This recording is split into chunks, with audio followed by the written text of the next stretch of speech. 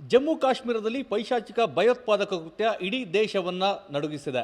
ಈ ಬಗ್ಗೆ ಮಾತಾಡಲಿಕ್ಕೆ ಅಲ್ಲೇ ಕರ್ತವ್ಯವನ್ನು ನಿರ್ವಹಿಸಿದಂತಹ ಸೇನಾಧಿಕಾರಿ ಕೆ ಅರ್ಕೇಶ್ ನಮ್ಮ ಜೊತೆಗಿದ್ದಾರೆ. ಸರ್, ಪ್ರವಾಸಿಗರ ಮೇಲೆ ಈ ರೀತಿಯಾದಂತಹ ದಾಳಿಯನ್ನು ಮಾಡಿರುವಂಥ ಇಂದಿನ ಉದ್ದೇಶ ಏನು ಅನಿಸುತ್ತೆ ಸರ್? ಇದು ಭಾರತೀಯರನ್ನು ಪ್ರಚೋದಿಸುವಂಥ ಒಂದು ಮುಖ್ಯ ಉದ್ದೇಶದ ಇಟ್ಕೊಂಡು ಮಾಡಿರುವಂತಹ ಒಂದು ಘಟನೆ. ಇವರು ಭಾರತದಲ್ಲಿ ಹಿಂದೂ ಮುಸ್ಲಿಂ ಡಿವೈಡನ್ನು ತೀವ್ರಗೊಳಿಸುವ ಉದ್ದೇಶ, ಇಲ್ಲಿಯ ಮುಸಲ್ಮಾನರ ಮೇಲೆ ಹಿಂದೂಗಳು ರಿಯಾಕ್ಟ್ ಮಾಡಲಿ ಅಂತ ಅನ್ನುವ ದುರುದ್ದೇಶ, ಮತ್ತು ಪಾಕಿಸ್ತಾನದಲ್ಲೇ ಈವರೆಗೆ ಇರುವ ಆಂತರಿಕ ಸಮಸ್ಯೆಗಳನ್ನು ಬಗೆಹರಿಸುವುದಕ್ಕೆ ಸಾಧ್ಯವಾಗದಂತಹ ಸ್ಥಿತಿಯಲ್ಲಿ ಪಾಕಿಸ್ತಾನ ಭಾರತದ ಮೇಲೆ ಈ ಥರದ ಅಟ್ಯಾಕ್ಗಳನ್ನು ಮಾಡುವುದರ ಮುಖಾಂತರ ಅಲ್ಲಿಯ ಜನಗಳನ್ನು ಸಂತೃಪ್ತಿಪಡಿಸುವ ಉದ್ದೇಶ. ಆರ್ಟಿಕಲ್ 370 ಅಬಾಲಿಷ್ ಆದಮೇಲೆ 2025-26 ಅಡ್ಮಿಷನ್ಸ್ ಓಪನ್ ಆಗಿದೆ. ನಿಮ್ಮ ಸೀಟ್ಗಳನ್ನು ಈಗಲೇ ರಿಸರ್ವ್ ಮಾಡಲು ಕರೆ ಮಾಡಿ 9900072632 ಅಥವಾ visit Saptagiri NPS university Bengaluru. ಶ್ರೀನಗರದಲ್ಲಿ ಕಾಶ್ಮೀರದಲ್ಲಿ ಎಲೆಕ್ಷನ್ ನಡೆದ ಮೇಲೆ ಮತ್ತು ಅಲ್ಲಿ ಶಾಂತಿ ನಿಧಾನವಾಗಿ ವಾಪಸ್ ಬರಲಿಕ್ಕೆ ಪ್ರಾರಂಭಿಸಿದ ಮೇಲೆ ಅಲ್ಲಿದ್ದಂತಹ ಜನಸಾಮಾನ್ಯರು, ಅಲ್ಲಿಯ ರಾಜಕಾರಣಿಗಳು ಮತ್ತು ಅಲ್ಲಿಯ ಮಿಲಿಟರಿಯ ಮೇಲೆ ಯಾವತ್ತಾದರೂ ಒಂದು ದಿವಸ ಕಾಶ್ಮೀರ ನಮಗೆ ಸಿಕ್ಕಬಹುದು ಅನ್ನುವ ಏನು ಒಂದು ಆಸೆಯನ್ನು ಇಟ್ಕೊಂಡಿದ್ರೋ ಆ ಆಸೆ ಕೈ ಬಿಟ್ಟು ಹೋಗ್ತಾ ಇದೆ ಅನ್ನುವಂತಹ ಒಂದು ಭಾವನೆ ಅಲ್ಲಿಯ ಶ್ರೀಸಾಮಾನ್ಯರಲ್ಲಿ ಬರ್ತಾ ಇದ್ದಾಗ ಅಲ್ಲಿಯ ಆಡಳಿತ ಮತ್ತು ಅಲ್ಲಿಯ ಸೈನ್ಯ ಇಂತಹ ಘಟನೆಗಳನ್ನು ಮಾಡುವುದರ ಮುಖಾಂತರ ನಾವು ಇವತ್ತಿಗೂ ಜೀವಂತವಾಗಿದ್ದೇವೆ, ಭಾರತವನ್ನು ಎದುರಿಸ್ತಿದ್ದೇವೆ, ಕಾಶ್ಮೀರ ನಮಗೆ ಒಂದಲ್ಲ ಒಂದು ದಿನ ನಮ್ಮ ಕೈಗೆ ಸಿಕ್ಕುತ್ತೆ. ಯಾಕೆ ಅಂತ ಅಂದರೆ ಅಲ್ಲಿರುವವರು ಮುಸಲ್ಮಾನರು, ನಾವು ಮುಸಲ್ಮಾನರು. ಹೀಗಾಗಿ ಈ ಮುಸಲ್ಮಾನರು 2025-26 ಅಡ್ಮಿಷನ್ಸ್ ಓಪನ್ ಆಗಿದೆ.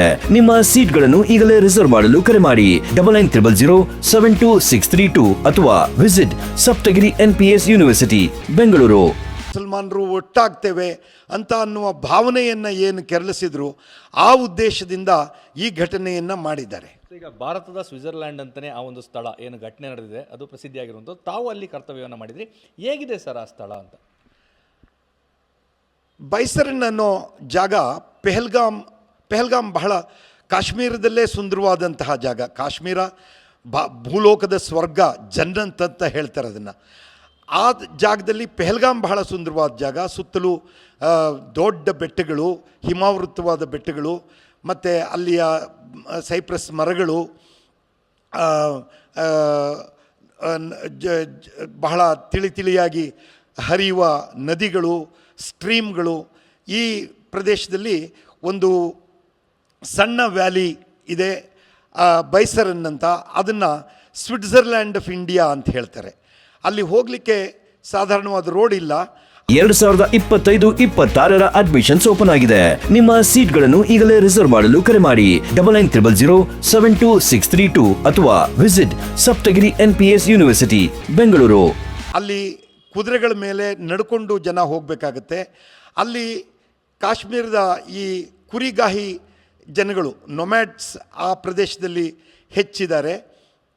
ಅವರು ಇತ್ತೀಚೆಗೆ ಅಲ್ಲಿ ಕುದುರೆಗಳನ್ನಿಟ್ಟುಕೊಂಡು ಪ್ರವಾಸಿಗರನ್ನ ಆ ಜಾಗಕ್ಕೆ ಕರ್ಕೊಂಡೋಗುವಂತಹ ಕಾಯಕವನ್ನು ಮಾಡಿಕೊಂಡು ಆ ಪ್ರದೇಶದ ಎಕಾನಮಿ ನಿಂತಿದೆ. ಅಲ್ಲಿಂದ ಎಸ್ಕೇಪ್ ಆಗೋದಕ್ಕೆ ದುರ್ಗಮವಾದ ಬೆಟ್ಟಗಳು, ಕಾಡುಗಳು ಇದೆ, ಮತ್ತು ಪಾಕಿಸ್ತಾನಕ್ಕೆ ಎಸ್ಕೇಪ್ ಆಗುವಂತಹ ಜಾಗಗಳಿದೆ. ಮತ್ತು ಅಲ್ಲಿರುವ ಬಡ ಜನರನ್ನು ಹೆದರಿಸಿ, ಬಂದೂಕ ತೋರಿಸಿ ಹೆದರಿಸಿ, ಅವರಿಂದ ಆಹಾರ ಪಡ್ಕೊಂಡು ಅವರ ಶೆಲ್ಟರನ್ನು ಬಳಸ್ಕೊಂಡು ಅವರು ನಾಳೆ ಏನಾಗುತ್ತೆ ಎನ್ನುವುದರ ಪರಿಣಾಮವನ್ನು ತಿಳಿದೇ ಇದ್ದಂತಹ ಮುಗ್ಧ ಜನರನ್ನು ಬಳಸ್ಕೊಂಡು ಈ ಟೆರರಿಸ್ಟ್ಗಳು ಅಲ್ಲಿ ಆಪರೇಟ್ ಮಾಡ್ತಾರೆ. ಅಲ್ಲಿ ಜನ ಬಹಳ ಬೈಸರನ್ಗೆ ಹೋದಾಗ ಎಲ್ಲ ಬಹಳ ಖುಷಿಯ ಮೋಡ್ನಲ್ಲಿರ್ತಾರೆ. ಆ ಕುದುರೆ ಮೇಲೆ ಹೋಗಿರುವ ಥ್ರಿಲ್, ಅಲ್ಲಿ ಫೋಟೋ ತೆಗೆಸ್ಕೊಳ್ಳೋದು, ಅಲ್ಲಿ ಕ್ಯಾಮ್ರಾಮೆನ್ಗಳು ಭಿನ್ನವಾದ ಪೋಸ್ಗಳನ್ನು ಕೊಟ್ಟು ಟೂರಿಸ್ಟ್ಗಳನ್ನು ಅಟ್ರ್ಯಾಕ್ಟ್ ಮಾಡ್ತಾರೆ.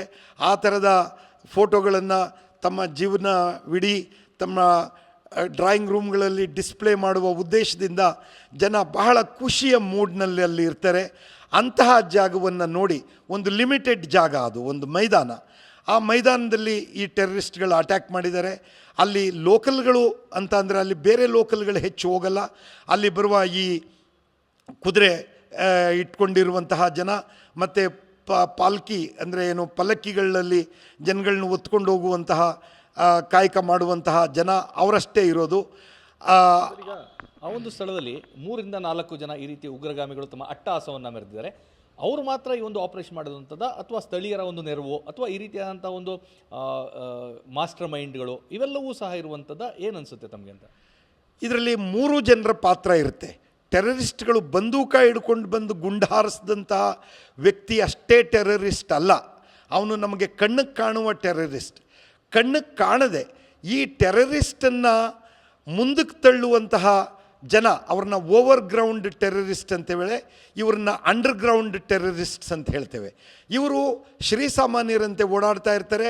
ಇವರು ಅಲ್ಲಿ ಒಬ್ಬ ಟೀಚರ್ ಆಗಿರಬಹುದು, ಅಥವಾ ಅಲ್ಲಿ ಅವನು ಒಬ್ಬ ಪೊಲೀಸ್ ಮ್ಯಾನೇ ಆಗಿರಬಹುದು, ಅಥವಾ ಅಲ್ಲಿ ಒಬ್ಬ ವ್ಯಾಪಾರಿ ಆಗಿರ್ಬೋದು, ಹೋಟೆಲ್ ಓನರ್ ಆಗಿರ್ಬೋದು. ಅವರನ್ನು ಬಳಸ್ಕೊಂಡು ಅಲ್ಲಿ ಟೆರರಿಸಮ್ ಆಪ್ರೇಟ್ ಮಾಡುವಾಗ ಇಡೀ ಜನಗಳಿಗೆಲ್ರಿಗೂ, ಅಲ್ಲಿಯ ಸಮಾಜಕ್ಕೆಲ್ರಿಗೂ ಗೊತ್ತಾಗುವ ರೀತಿಯಲ್ಲಿ ಆಪ್ರೇಟ್ ಮಾಡಲ್ಲ. ಅವರು ಕೆಲವು ಜನರನ್ನು ಮಾತ್ರ ಬಳಸ್ಕೊಳ್ತಾರೆ. ಯಾಕೆ ಅಂತಂದರೆ ಈ ಸೀಕ್ರೆಸಿ ಯಾವುದೇ ಮಾರ್ಗದಲ್ಲಿ ಲೀಕ್ ಆಗಬಾರ್ದು. ಆ ಕಾರಣದಿಂದ ಈ ಓವರ್ ಗ್ರೌಂಡ್ ಟೆರರಿಸ್ಟ್ಗಳನ್ನು ಬಳಸ್ಕೊಂಡು ಅವ್ರ ಹಿಂದ್ಗಡೆ ಈ ಓವರ್ ಗ್ರೌಂಡ್ ಟೆರರಿಸ್ಟ್ಗಳನ್ನು ಹೇಗೆ ತಯಾರು ಮಾಡಬೇಕು, ಅವರು ಕೊಡುವ ಹಣ ಏನು, ಆ ತಂತ್ರಗಳೇನು ಅನ್ನೋದನ್ನು ಪಾಕಿಸ್ತಾನದ ISI ತಯಾರಿ ಮಾಡುತ್ತೆ. ಅಲ್ಲಿರುವ ಈ ಉಗ್ರವಾದಿ ಸಂಘಟನೆಗಳೇನಿದ್ದಾವೆ, ಆ ಸಂಘಟನೆಗಳ ಯಾವ ಸಂಘಟನೆಯಿಂದ ಯಾವ ಕಾರ್ಯವನ್ನು ಮಾಡಿಸಬೇಕು ಅನ್ನೋದನ್ನು ISI ತೀರ್ಮಾನ ಮಾಡುತ್ತೆ. ISI ಹಿಂದ್ಗಡೆ ಪಾಕಿಸ್ತಾನದ ಆರ್ಮಿ ಇದೆ, ಪಾಕಿಸ್ತಾನದ ಆರ್ಮಿ ಹಿಂದ್ಗಡೆ ಆಡಳಿತ ಇದೆ. ISI, ಆರ್ಮಿ ಮತ್ತು ಅಲ್ಲಿನ ಏನು ರಾಜತಾಂತ್ರಿಕರು ಏನಿದ್ದಾರೆ, ಅಲ್ಲಿಯ ರೂಲರ್ಸ್ ಏನಿದ್ದಾರೆ, ಈ 3 ಜನರು ಒಂದು ಇಂಡಿಪೆಂಡೆಂಟ್ ಗ್ರೂಪ್ ರೀತಿ ನಡೀತಾ ಇದ್ದಾರೆ. ಇತ್ತೀಚೆಗೆ ಆ 3 ವಿಂಗ್ಗಳಲ್ಲಿ ಒಂದು ಸಹಕಾರ ಇಲ್ಲ. ಒಬ್ಬರ ಮೇಲೊಬ್ರಿಗೆ ಅನುಮಾನ, ಒಬ್ಬರ ಮೇಲೊಬ್ಬರು ದೋಷಾರೋಪಣೆ ಮಾಡುವಂಥದ್ದು ಇತ್ತೀಚಿನ ಬೆಳವಣಿಗೆಗಳಲ್ಲಿ ನಾವು ಕಾಣ್ತಿದ್ದೇವೆ. ಹೀಗಾಗಿ ಕಾಶ್ಮೀರದಲ್ಲಿ ಉಗ್ರವಾದವನ್ನು ಜೀವಂತವಾಗಿ ಇಡಬೇಕು ಅಂತ ಅನ್ನೋದು ISIನ ಮತ್ತು ಕಾಶ್ಮೀರದ ಆಡಳಿತಗಾರರ ಉದ್ದೇಶವಾಗಿದೆ. ಆ ಕಾರಣದಿಂದ ಈ ಘಟನೆ ಮಾಡೋದಕ್ಕೆ ಟೆರರಿಸ್ಟ್ಗಳು 3 ಜನ ಕಣ್ಣಿಗೆ ಕಾಣದೆ ಅವರ ಹಿಂದಿರುವಂತಹ ಕೆಲವು ಜನ, ಅವರಿಂದಗಡೆ ಇರುವಂತಹ ಉಗ್ರವಾದಿ ಪಾಕಿಸ್ತಾನದಲ್ಲಿ ಮತ್ತು ಪಾಕಿಸ್ತಾನದ ಆಕ್ಯುಪೈಡ್ ಕಾಶ್ಮೀರ್ POKನಲ್ಲಿರುವ ಉಗ್ರವಾದಿ ಸಂಘಟನೆಗಳು, ಅವರ ಹಿಂದೆ ಇರುವಂತಹ ISI, ಮಿಲಿಟರಿ ಮತ್ತು ಅಲ್ಲಿಯ ಪ್ರೈಮ್ ಮಿನಿಸ್ಟರ್, ಪ್ರೆಸಿಡೆಂಟ್ ಇತ್ಯಾದಿಗಳೆಲ್ಲರೂ ಇದರಲ್ಲಿ ಭಾಗಿ.